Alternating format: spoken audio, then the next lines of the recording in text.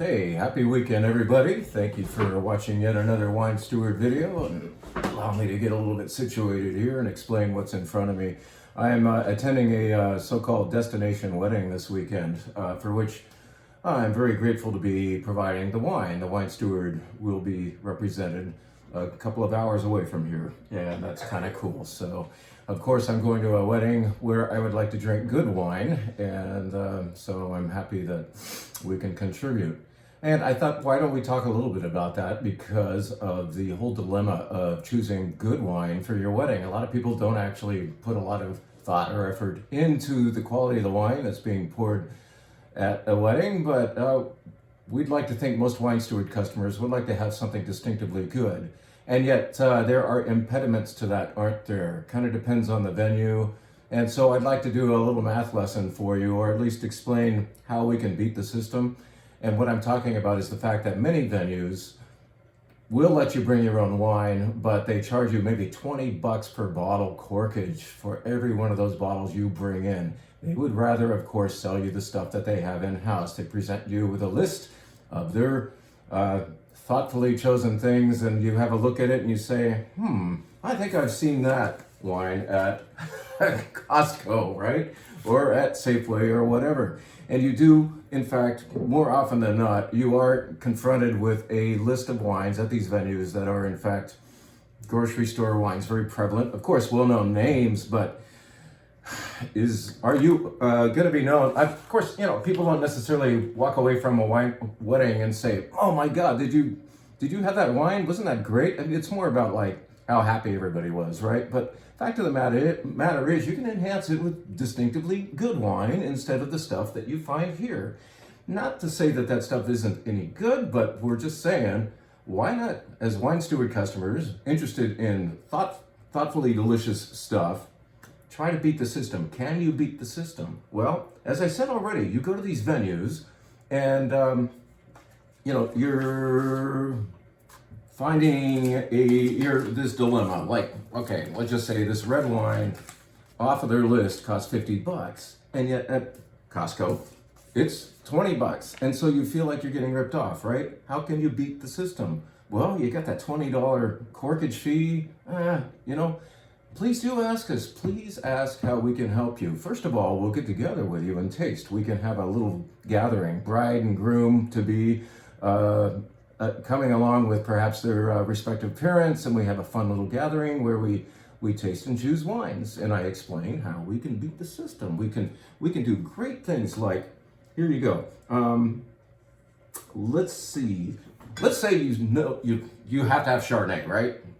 And yet, you don't necessarily want to have the oaky, buttery Chardonnay or something that you see at Costco or at Safeway and so on. You want to have something distinctively good, not oaky, buttery. People will say, oh my gosh, this is good. This is a little more refreshing and thoughtful. What the hell is it? And there's this unawareness, of course, of the brand too. So you're giving them something good and also something where they don't know that, where they don't recognize it as a wine they see at a grocery store for like cheap. Well, this is not cheap. It is inexpensive. It is delicious, barely oaked Chardonnay from Alto Adige in northern Italy. This is the land of the greatest Pinot Grigio in the world, in my opinion.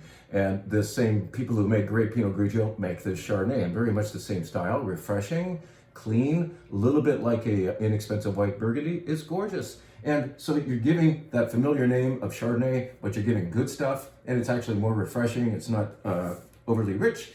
So you've just chosen a thoughtful wine, and it costs something like, by the time we give you a wine club discount or a thank you for doing your wedding wine with us discount, it's, I think, about $13.50, somewhere around that. Okay, so nice deal. Throw in that $20 upcharge, and you're still giving a great wine, and it's fairly affordable. Kind of depends on your wine budget. We can go lower than this with other stuff, but that point is, you've just given a nice Chardonnay from Timbuktu that's delicious, and it creates kind of a buzz. Well, maybe at that same wedding, you'd like a delicious red, and this is in fact what's going to the wedding that I'll be attending. And instead of the conventional, you want delicious, but you would like the wine perhaps to be talked about a little bit at all those tables out there. This is a Côte d'Aron from Domaine de la Jeunesse. So Southern Rhone, these folks make Chat at the Pop, and this wine is grown, the vineyards for it are like virtually across the street from the boundary for Châteauneuf-du-Pape.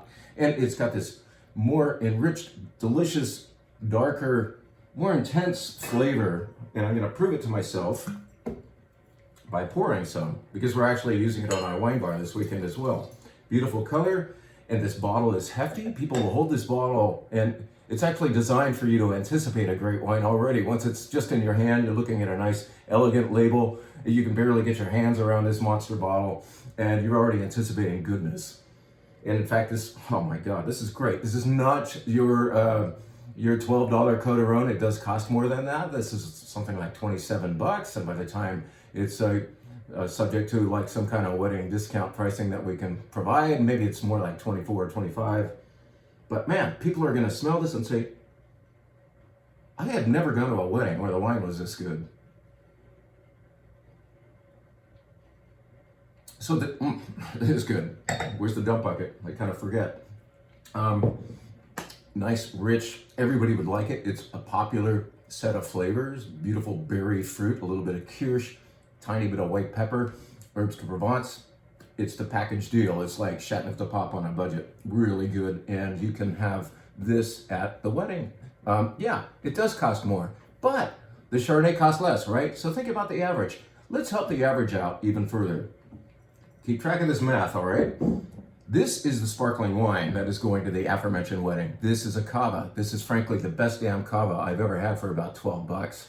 We have cava that costs more. It's very good. If you want to buy up, you may.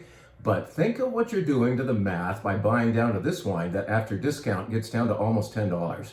This is Masfi Cava from Spain. And again, this isn't just like choosing something off the grocery store shelf because it's called cava and hoping it's good. This is endorsed by us. We taste a lot of wines and choose a few, right? And this cava, I promise you, is fantastic. We put it on the wine bar. It's gone to other weddings, and it will make everybody happy. You don't necessarily have to have 5 highfalutin $50 bottles of champagne at your wedding, right?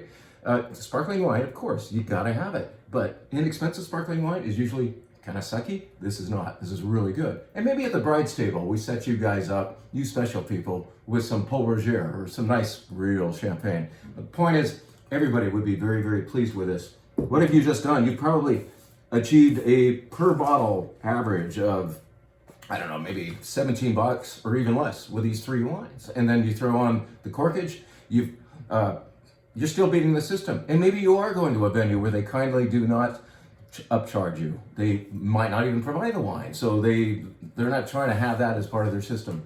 Point is, we'd love to work with you for a wedding or an event of that kind where you have to take these wines off site and you're still worried about, well, the list they're giving us is boring. We see this wine everywhere.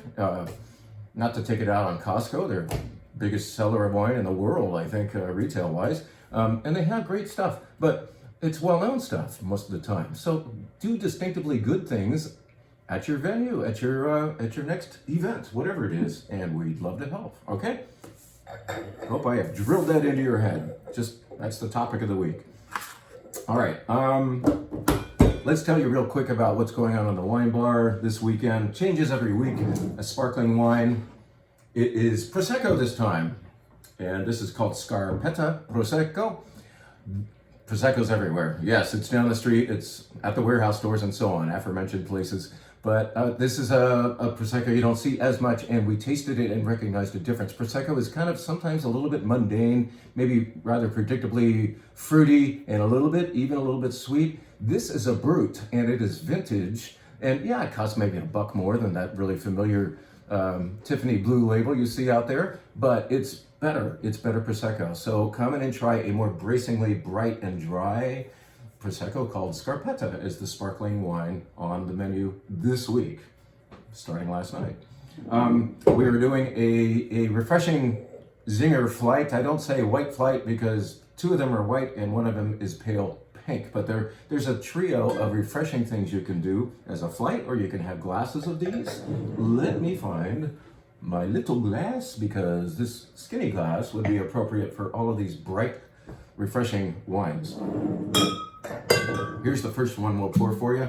This comes from the Southern Rhone Valley. It's a very nice little winery that I'd like to set you up with an appointment with. If you ever go to the Southern Rhone, I'd like you to meet Jean-Marc and Sophie Autran. And they're a husband and wife team that run a small winery in the little village of Sablé, which is just up the street from Gigondas and down the street from Séguret and across the valley from Rasteau and not far from Châteauneuf-du-Pape. This is a three-way blend of Grenache Blanc and Roussanne and Viognier and no oak at all. It is very true to the Southern Rhone white idea. It's refreshing. It does has a little bit of richness to it, but it's fruit richness. It's not oaked up at all. Never saw a barrel. Oh, it's great fish wine. This is like, takes me straight to like, what can I have for dinner tonight, seafood wise? Yeah. It's pretty. A lot of white stone fruit, like white nectarine, white peach. Even blossoms, the blossoms of those trees before the fruit appears.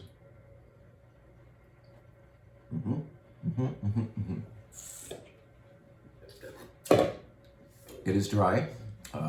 It's got a kind of a fruit cocktail flavor, but it's dry, and it's also got a nice minerally, kind of a stony, talky thing going on. It's nice. So that's white number one in the so-called Zinger flight, or the trio of wines. Now let's go up the road to Burgundy. From the Rhone Valley, the next destination north would be Burgundy, Bourgogne. And this is the other white grape of Burgundy. Of course, most of you know by now that great white Burgundy is made of Chardonnay. Well, locally drunk and grown not as much, but it is there in a good amount, is the grape called Aligoté. Aligoté often doesn't get out of Burgundy, but a few of them do find their way over here. We tend to usually have a Aligoté or two in our Burgundy section, just to show you the other grape of the other white grape of Burgundy. Aligoté is brighter and a little more lemony than Chardonnay would be from Burgundy. That's saying it here. Very bright, refreshing. They make a drink in that area called cure. A cure is made of Aligoté and cassis, which is blackcurrant liqueur.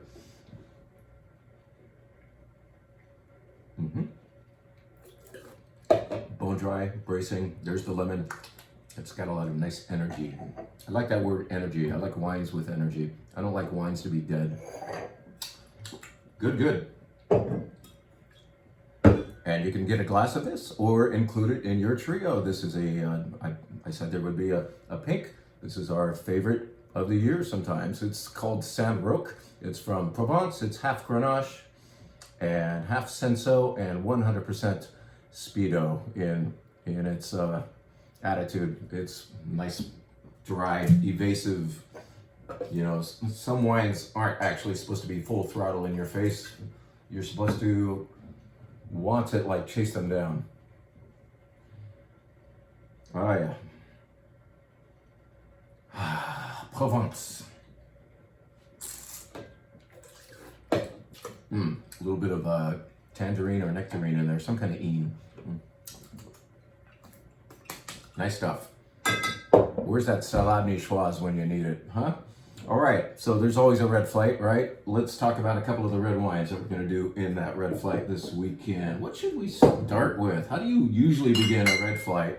What's the theme? This time the theme is there ain't one. It's kind of a grab bag. We just did inventory last week, and I realized what we're heavy on as far as inventory. There's nothing like counting all those bottles and saying, I have a lot more of this than I thought. So this is actually something, none of these are burdens, you know, this is not the burden of wine that we are unable to sell otherwise, and we'll stick it on the wine bar. This is more about like, okay, I've got a good amount of this. This will last through a whole wine bar weekend, and there will be enough left over for people to buy some, which is of course the idea. You're supposed to get inspired to march downstairs and buy a little wine. So this is new to us, but not all that new to us, in that we have actually wine clubbed Pinot Noir from Paso Robles 2 or 3 times in our many years of providing the wine club service, and it's always been this one, Adelaida.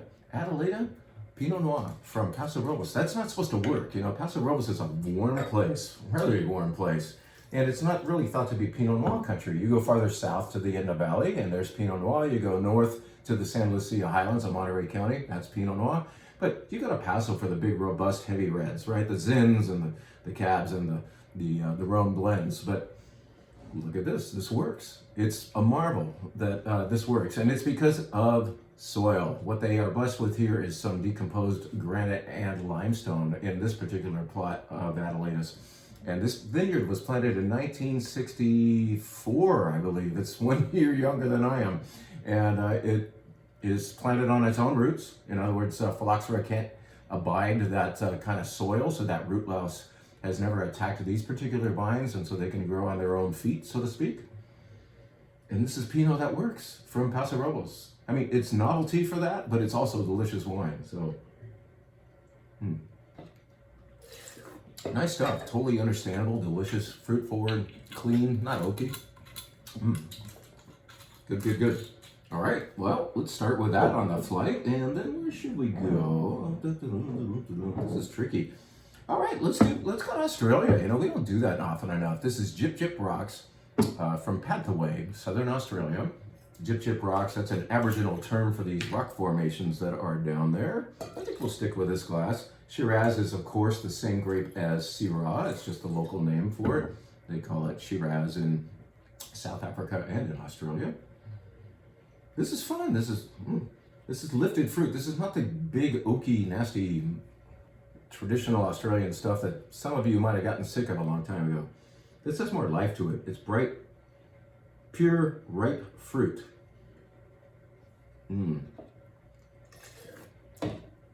Well contained. It's not ooey gooey. Yes, it's fully ripe, and yet there's nice acidity, keeping it fresh and lively. Jip Jip Rocks, Shiraz. So, we've just done something from Paso Robles, and then we headed down to Australia. Where should we go next? Hey, how about this? I don't mind having another taste of this wine.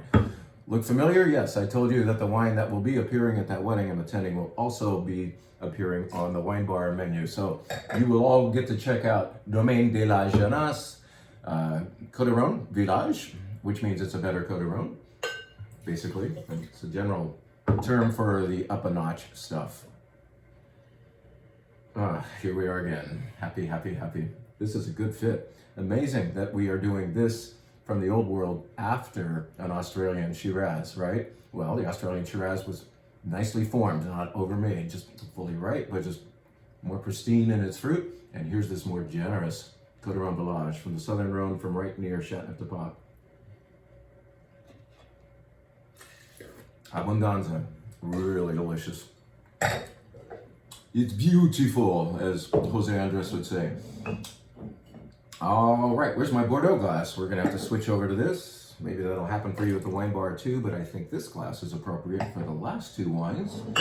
And okay, so we've been to France and Australia, Paso Robles, and now we shall go to Argentina. How about that? Let's go to Argentina for Cab Franc, of which we have a lot right now. So this wine smells a little weird when you first open the bottle, so I recommend throwing it into a decanter. It's not like a bad wine or a bad wine smell. It's just like a little unusual. Of course, Cab Franc is always supposed to smell like something, you know. A Cab Franc that doesn't have an aromatic attitude is just like, that's not Cab Franc. Cab Franc from Argentina can be fantastic, and what you get is some of the old world of the interestingness in the nose, and then the comfort of the new world in the mouth. Yeah, this thing totally resolved overnight. So I do think a decant would be the proper way to address Brescia's quirkiness. Wow, that's a lot of mouth for Cab Franc. Very generous this year. I get right now kind of a coffee mocha thing. It's really delicious. Brescia Cabernet Franc from Monte Agrelo, part of Mendoza, Argentina. And there it is. That is the penultimate wine, meaning it's the second before last, right? Alrighty, what do we do last? Our good old friend.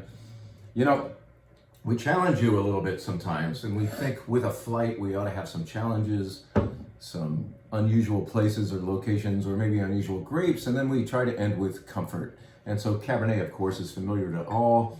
And here is Cabernet from not the Napa Valley, because if it was from the Napa Valley, this wine, with its quality, would cost $50, I promise you. This instead is $29.99 regular price, $26.99 for Wine Club members who get a 10% discount off all they buy here. If you're not a member yet, we can help with that. This is intense and beautiful, totally understandable, dark. Look at the color, okay? Hope you can see.